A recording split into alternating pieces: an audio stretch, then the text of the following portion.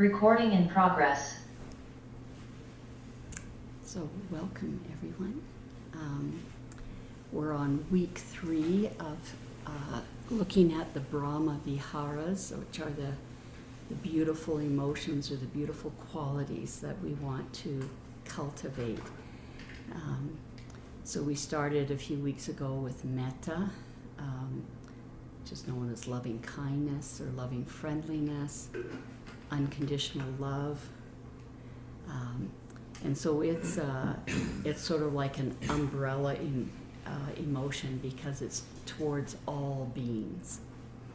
And then last week and today, we're subdividing all beings, and we're taking 2 components of them. So last week we studied compassion, so that's taking beings that are suffering in this moment. And compassion is a response of the heart to the suffering of self or others, and a wish to do something to alleviate the suffering.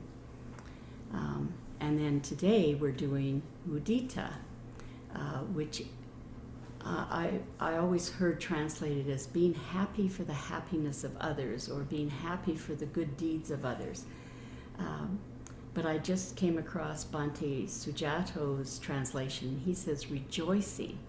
And I like that term for mudita, rejoicing in the happiness of others. And we have a house guest at the monastery right now, Mudita, so she carries that. She carries that, now it's Mudita in red there. She carries the name Mudita, so it's a quite lovely name that Ajahn Sona gave her. So mudita is actually the greatest source, the greatest untapped source of joy in the world. Because even if you're having a bad day or things aren't going well, somebody somewhere is happy. You know, they've just got a raise at work, or they just had a baby, or they're on a beautiful holiday, or just got married, or, you know, just had a breakthrough in their meditation practice, doing well with their meditation practice. So there's always somebody, and if you can tap into that, then you can experience that joy, and that can help lift you out of whatever doldrums that you're in yourself.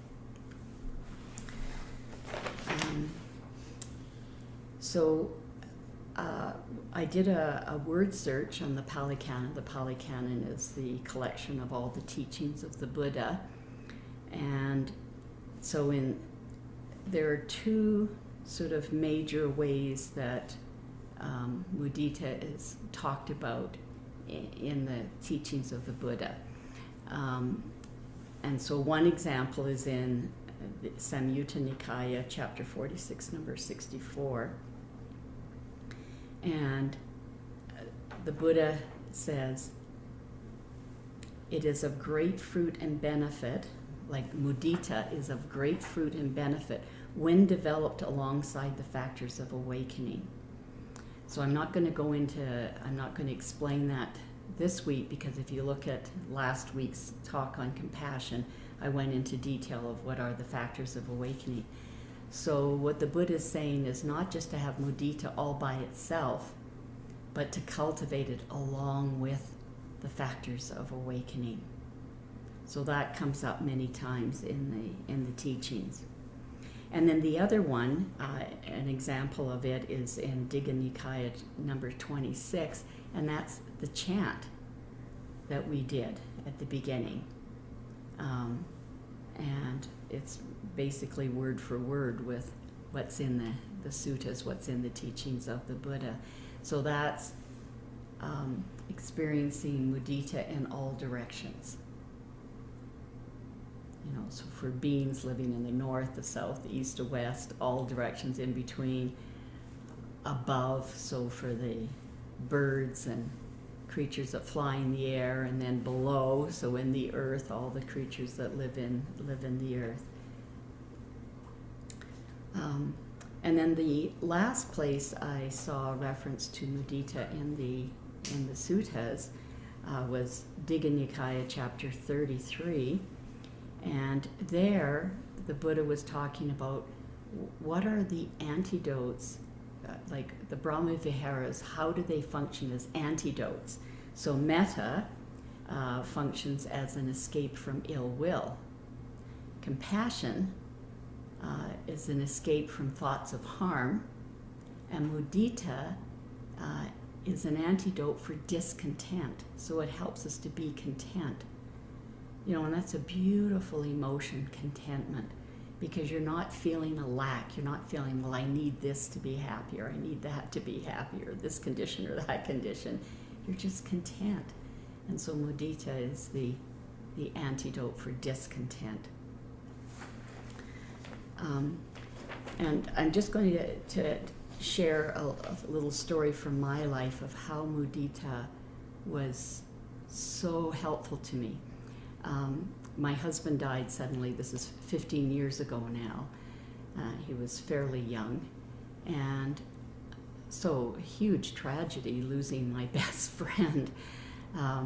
But shortly after his death, I had 3 different people who lived in different towns or cities, who didn't know one another, who came to me and gave me information. So obviously they had some psychic qualities. I don't have any psychic qualities, but they had some psychic qualities. And they were able to tell me, or gave me information that said that Andre, my husband, was in the 5th heavenly realm. Now in Buddhism, there's not just one heaven.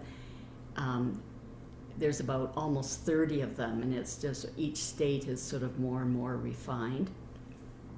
So these 3 independent people gave me information that he was in the 5th heavenly realm, which is the realm of creativity. So it's kind of like you can have virtual reality. Whatever you bring to mind, you can manifest. And so I was basically giving the information that he was really happy. So I didn't feel sad, for him.